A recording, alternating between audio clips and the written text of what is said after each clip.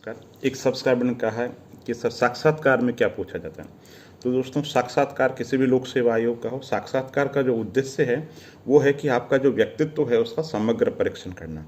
क्योंकि जहाँ लिखित परीक्षा में आपका फैक्चुअल जो ज्ञान है वो चेक कर लिया जाता है, मुख्य परीक्षा में आपकी विश्लेषणात्मक क्षमता देखी जाती है, साक्षात्कार में ये देखा जाता है कि आपका किसी भी विषय के प्रति विचार कैसा है, आपका दृष्टिकोण कैसा है, आपकी सोच कैसी है। आपको जो बेसिक बायोडाटा है वो तो जानते ही हो, लेकिन उसके प्रति आपका दृष्टिकोण कैसा है। यानी भारत सरकार के द्वारा, राज्य सरकार के द्वारा जो योजनाएं चलाई जा रही है उनके प्रति आपका कैसा नज़रिया है। भारत सरकार, संविधान, न्यायपालिका, विभिन्न संस्थाएं, उनके प्रति आपका नज़रिया कैसा है। जीवन के प्रति आपका जो दृष्टिकोण है वो कैसा है। आप जीवन को किस रूप में देखते हो, आप समस्याओं को किस रूप में देखते हो।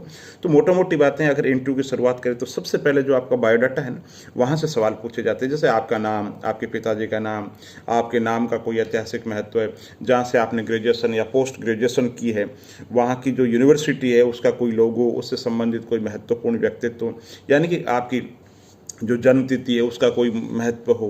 तो कहने का मतलब इनफॉर्मल करने के लिए, आपको एक बार बात को गति देने के लिए शुरुआत यहीं से की जाती है कि आप अपने बारे में बताइए, पढ़ाई कहाँ से हुई, आपकी यूनिवर्सिटी का नाम क्या है, आपके कितने परसेंटेज आए। तो बेसिक बातों से शुरुआत की जाती है। उसके बाद में जो जानकारी है, आपका जो गृह जिला जहाँ के आप रहने वाले हो, वहाँ की जो राजनीतिक, सामाजिक, आर्थिक समस्याएँ क्या है, वहाँ की विशिष्टताएँ क्या है, और एज ए एग्रीकल्चर, इंडस्ट्री है ना, वहाँ पे क्या संभावनाएं देखते हो, कौन कौन से एरिया है जहाँ पे बहुत काम किया जा सकता है, और वहाँ की प्रॉब्लम क्या है, आपकी नज़र में उसका समाधान क्या है।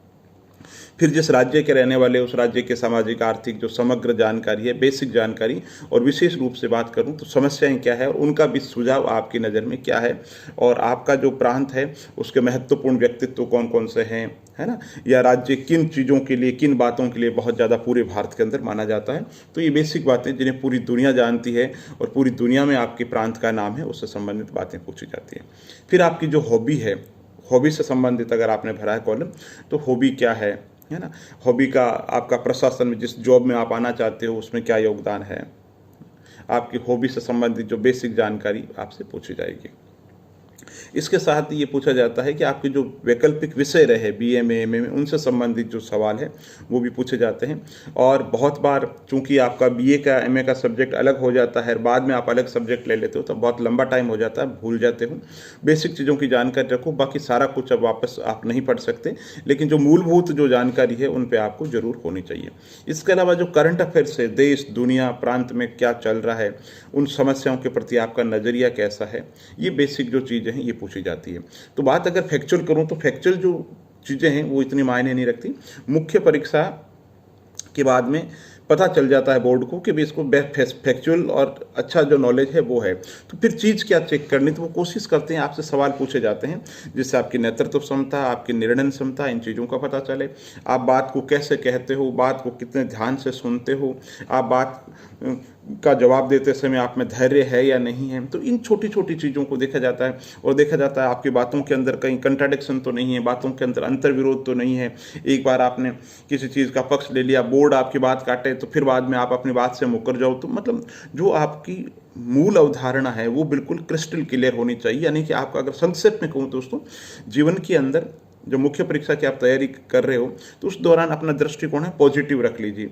आपके निजी विचार कुछ हो, रोजमर्रा की जिंदगी के अंदर इतने पॉजिटिव बन जाएगी। भारत सरकार का नीतियाँ, न्यायपालिका, इन पे सब पे जो दृष्टिकोण है बहुत पॉजिटिव हो जाना चाहिए। ये मान करके चलो कि बहुत समस्याएं हैं देश के अंदर, ठीक है, लेकिन देश ने विकास भी बहुत किया, ठीक है। समय के साथ में समस्याएं होगी, इंफॉर्मेशन टेक्नोलॉजी का प्रयोग हो रहा है, जनता जागरूक हो रही है, शिक्षा का प्रचार और प्रसार हो रहा है, देश का जो यूथ है वो जाग रहा है, उपभोक्ता अपने अधिकारों के प्रति जागरूक रहे।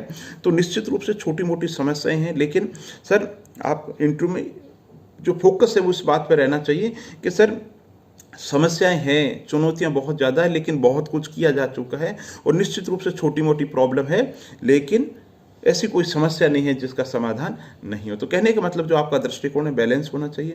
आपका दृष्टिकोण भारत सरकार की जो नीतियां हैं उसके अनुरूप होना चाहिए। ऐसा नहीं कि हर चीज़ के अंदर अंधे भक्त बन जाओ, लेकिन जो दृष्टिकोण, एक बैलेंस दृष्टिकोण होना चाहिए। एक जो आम व्यक्ति से उम्मीद की जाती है, आप साक्षात्कार के रूप में बोर्ड आपसे उम्मीद करता है, चूंकि आप बहुत ही एक अच्छे पद पे जाने वाले होते हैं, तो आपसे उम्मीद की जाती है कि आपका दृष्टिकोण बहुत तार्किक हो, बहुत वैज्ञानिक हो, बहुत मानवीय हो, आपकी सोच बहुत ही अलग हो। तो कहने का मतलब संक्षेप के अंदर कहूँ तो आपको भारत सरकार की नीतियों में विश्वास होना चाहिए, पॉजिटिव दृष्टिकोण होना चाहिए, बातों के अंदर अंतर्विरोध नहीं होना चाहिए और मानववादी जो सोच है वो होनी चाहिए। बहुत बहुत धन्यवाद।